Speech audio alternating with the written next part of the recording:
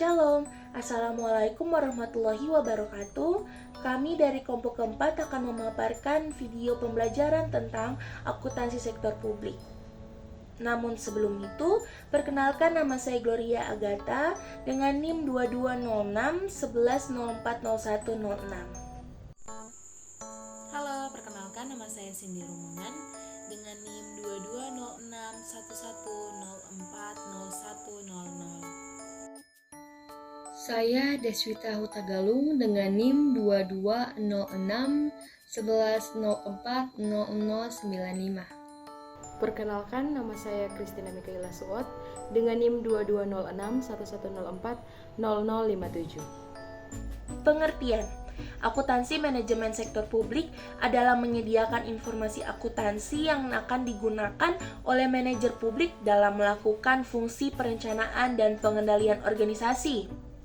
Menurut Charles T. Holmgren, pada tahun 1993, definisi akuntansi manajemen adalah proses identifikasi, pengukuran, akumulasi, analisa, penyiapan, penafsiran, dan komunikasi tentang informasi yang membantu masing-masing eksekutif untuk memenuhi tujuan organisasi.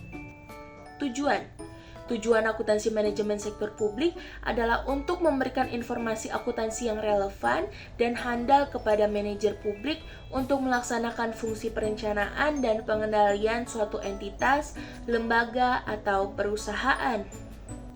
Di Indonesia, akuntansi sektor publik mencakup beberapa bidang utama, yakni yang pertama ada akuntansi pemerintah pusat, yang kedua ada akuntansi pemerintah daerah, yang ketiga ada akuntansi parpol dan LSM, yang keempat ada akuntansi yayasan, yang kelima ada akuntansi pendidikan dan kesehatan, dan yang terakhir ada akuntansi tempat peribadatan.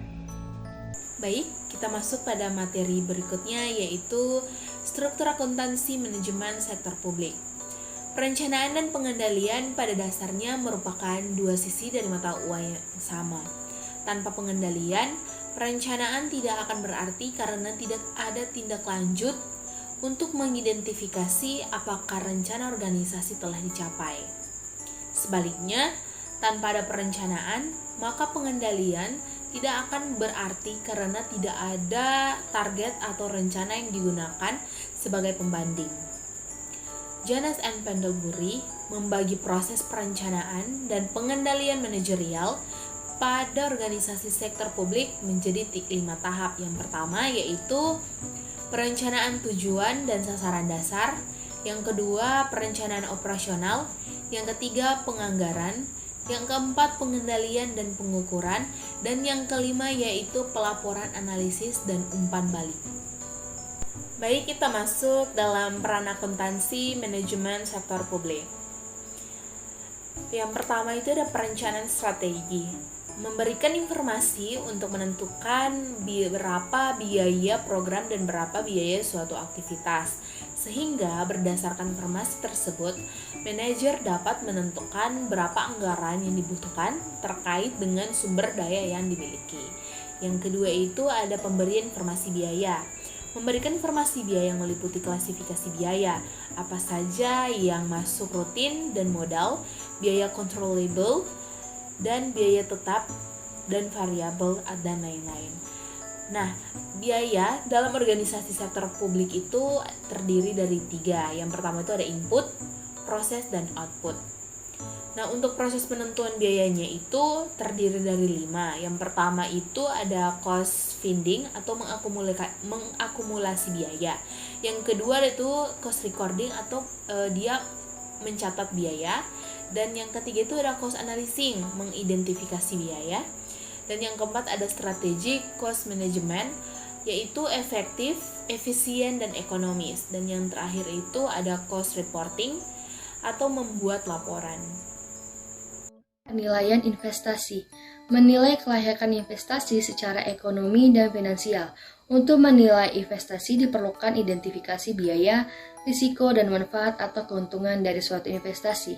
4. Pelanggaran. Berperan untuk memfasilitasi terciptanya anggaran publik yang efektif. Akuntansi manajemen merupakan alat yang vital untuk proses mengalokasikan dan mendistribusikan sumber daya publik secara ekonomis, efisien, efektif, adil, dan merata. 5. Penentuan biaya pelayanan. Menentukan berapa biaya yang dikeluarkan untuk memberikan pelayanan tersebut dan berapa tarif yang akan dibebankan kepada pemakai jasa pelayanan publik, termasuk menghitung subsidi yang diberikan. Yang keenam adalah penilaian kinerja. Penilaian kinerja merupakan bagian dari sistem pengendalian. Penilaian kinerja dilakukan untuk mengetahui tingkat efisiensi dan efektivitas organisasi dalam mencapai tujuan yang telah ditetapkan.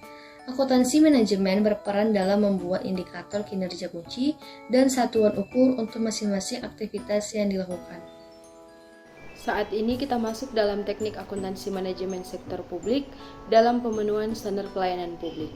Dalam pemenuhan standar pelayanan publik, akuntansi manajemen sektor publik digunakan untuk menentukan berapa biaya yang dikeluarkan untuk memberikan pelayanan tertentu dan berapa tarif yang akan dibebankan kepada pemakai jasa pelayanan publik, termasuk menghitung subsidi yang diberikan.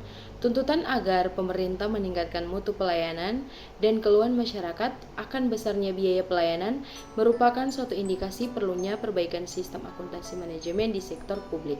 Penentuan pelayanan dan penentuan tarif pelayanan merupakan satu rangkaian yang keduanya sama-sama membutuhkan informasi akuntansi.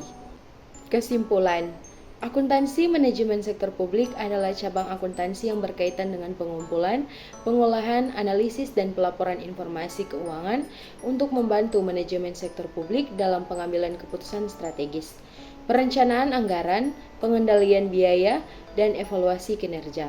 Tujuannya adalah untuk memastikan efisiensi, efektivitas, dan akuntabilitas dalam pengelolaan sumber daya publik, serta memastikan bahwa tujuan-tujuan publik tercapai dengan optimal.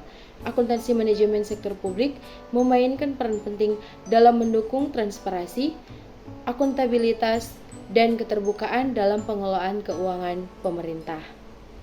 Akuntansi manajemen dalam organisasi sektor publik berperan dalam merencanakan strategis, memberikan informasi biaya, penilaian investasi, penganggaran, dan penetapan biaya pelayanan dan tarif pelayanan.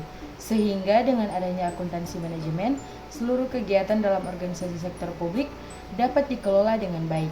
Mardiasmo, tahun 2002. Demikianlah video pembelajaran dari kelompok kami. Sekian dan terima kasih.